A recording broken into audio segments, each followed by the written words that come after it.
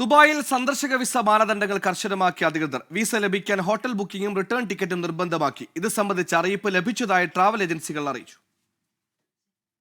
വിസയ്ക്ക് അപേക്ഷിക്കുമ്പോൾ തന്നെ സന്ദർശകന്റെ ഹോട്ടൽ ബുക്കിംഗിന്റെയോ താമസിക്കാൻ പോകുന്ന സ്ഥലത്തിന്റെ രേഖകളും മടക്കയാത്രയ്ക്കുള്ള ടിക്കറ്റിന്റെ പകർപ്പും സമർപ്പിക്കണമെന്നാണ് നിർദ്ദേശം.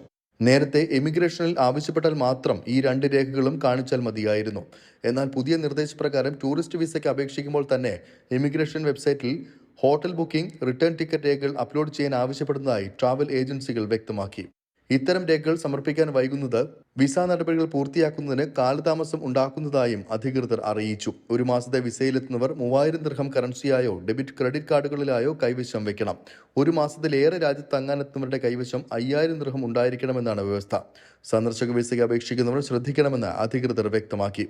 പാകിസ്ഥാൻ, ചില ആഫ്രിക്കൻ രാജ്യങ്ങൾ എന്നിവിടങ്ങളിലെ പൗരന്മാർക്ക് സന്ദർശക ടൂറിസ്റ്റ് വിസയ്ക്ക് അപേക്ഷിക്കുമ്പോൾ ഇത്തരം നിബന്ധനകൾ നേരത്തെ തന്നെ പ്രാബല്യത്തിലുണ്ട്. 24 ദുബായ്.